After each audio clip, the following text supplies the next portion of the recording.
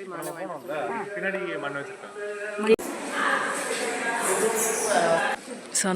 Friends, welcome to my channel PG cameras போலாம் ஒரு trip. நான் உங்கள் பத்மா கணேஷ். எல்லாரும் எப்படி இருக்கீங்க? நார்மலாக இருக்கேன்.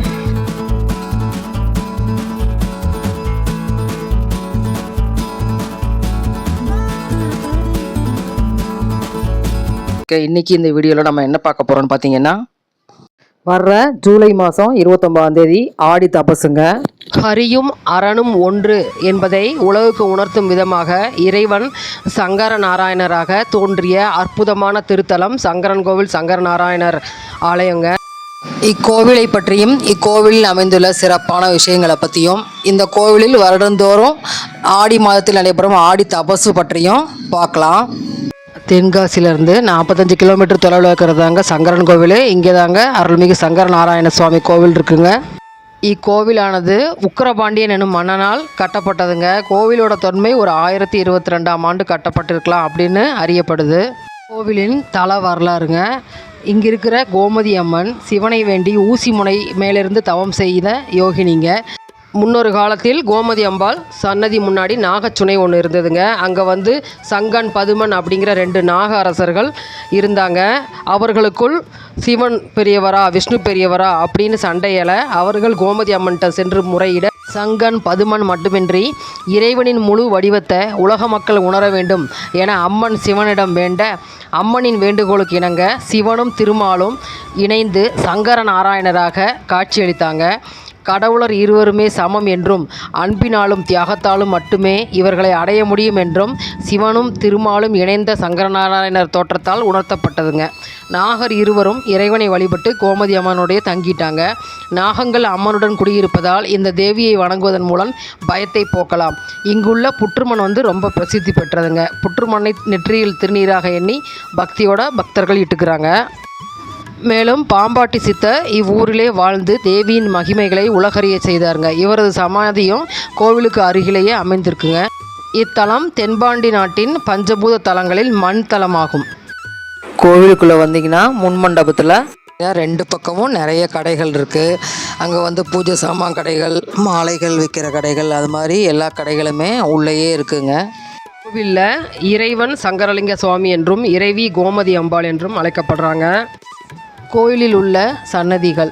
கோவிலின் தென்பகுதியில் சங்கரலிங்க பெருமாள் சன்னதி அமைந்துள்ளது. வடபகுதியில் கோமதி அம்பிகை சன்னதி அமைந்துள்ளது. இவ்விரண்டு சன்னதிகளுக்கும் தனித்தனி கர்ப்ப கிரகமும், அர்த்த மண்டபம், அந்தராள மண்டபம், மணிமண்டபம், மாமண்டபம், பரிவார மண்டபம், சுற்று மண்டபங்களும் இருக்கின்றன. கோவிலில் 6 கால பூஜைகள் நடக்கிறது. சுவாமிக்கு நடக்கும் அத்தனை பூஜை உபசாரங்களும் அம்பிகைக்கும் நடக்கிறது. அம்பிகை கோவிலில் தங்க ஊஞ்சல் உள்ள பள்ளியறை உள்ளது. பள்ளி எழுச்சி பூஜை முடிந்த பின் முதல் பெரிய தீபாராதனை அம்பிகைக்கே முதலில் நடக்கிறது. ஒவ்வொரு தமிழ் மாத பிறப்பன்றும் கோமதி அம்பிகையின் தங்கரத உலா நடக்கிறது. திங்கட்கிழமை மலர் பாவாடையும், செவ்வாய்க்கிழமை வெள்ளி பாவாடையும், வெள்ளிக்கிழமை தங்க பாவாடையும் அம்பிகைக்கு சாத்தப்படுகிறது. ஒவ்வொரு பௌர்ணமி அன்றும் அம்பிகைக்கு நவாவர்ண பூஜை நடைபெறுகிறது. தினமும் லலிதா சகஸ்ரநாம அர்ச்சனையும் நடக்கிறது. அம்மனுக்கு வழங்கப்படும் நைவேத்தியங்களில் மாவிளக்கு ரொம்ப முக்கியத்துவம் வாய்ந்ததாக இருக்குங்க. கோவிலுக்கு வருவோர் பாம்பு, தேள் ஆகியவற்றின் சிறு படங்களை உண்டியல் செலுத்துவதன் மூலம் நலம் பெறுவர் அப்படின்னு நம்பப்படுது. கோமதி அம்மன் மகா யோகினி சக்தி பீடம். தந்தையாகிய தட்சனால் அவமதிக்கப்பட்ட தாட்சாயணி அந்த யாகம் அழியுமாறு சபித்துவிட்டு தட்சன் தந்த உடல் தனக்கு வேண்டாமென தட்சன் நடத்திய யாகத்தின் தீயிலேயே எரிந்து போகிறாங்க. சிவனால் படைக்கப்பட்ட வீரபத்திரர் அந்த யாகத்தை அழித்தார். மனைவி இறந்த வருத்தத்தில் சிவன் தன் மனைவி தாட்சாயணியின் இறந்த உடலை எடுத்துக்கொண்டு ஊழி தாண்டவம் ஆடினார். சிவனின் ஆட்டத்தை நிறுத்த விஷ்ணு தன் சக்கராயுதத்தால் தாட்சாயணியின் உடலை 51 துண்டுகளாக வெட்டி வீழ்த்தினார்.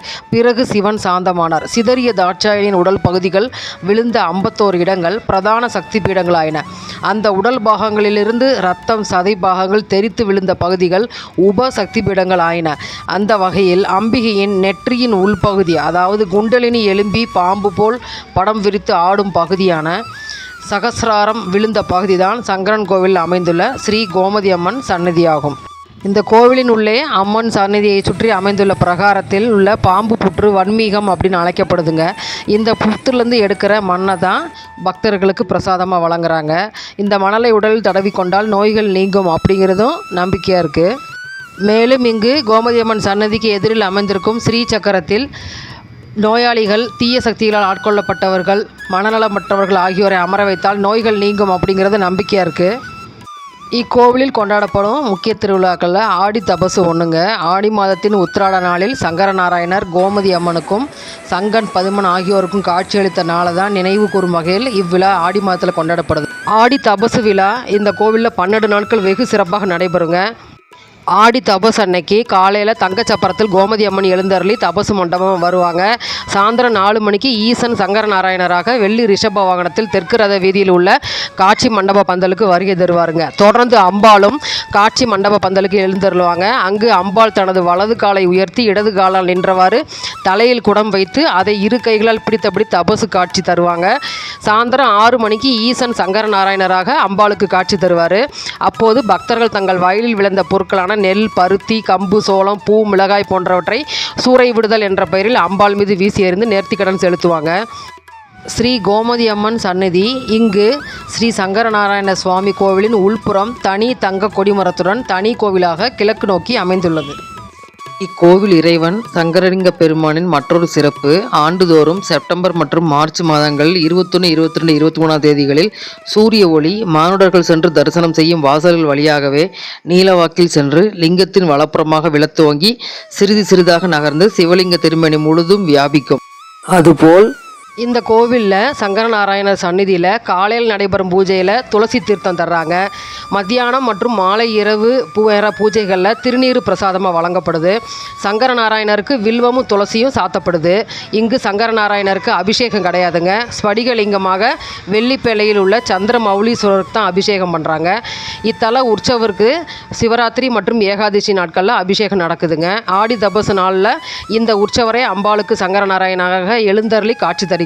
அம்பாட்டி சித்தர் கோமதி அம்மனை இங்கு வாளை குமாரியாகவும் குண்டலினி சக்தியாகவும் பாம்பு வடிவமாகவும் வழிபட்டிருக்கிறார். எனவே காளஹஸ்திக்கு அடுத்தபடியாக இத்தலம் காலசர்ப தோஷம் போக்கும் ஸ்தலமாகவும் ராகு கேது தோஷம் நீக்கும் ஸ்தலமாகவும் விளங்குகிறது. செவ்வாய் தோஷத்தை நீக்கி திருமண தடை அகற்றும் ஸ்தலமாகவும் சங்கரன் கோவில் விளங்குகிறது. அதுபோல் குழந்தை வரம் வேண்டியும் இங்கு பிரார்த்தனைகள் நடக்கிறது. இக்கோவிலானது காலை 6 மணி முதல் பகல் 12:30 மணி வரையிலும் மாலை 4 மணி முதல் இரவு 9 மணி வரை மட்டுமே திறந்திருக்கும்.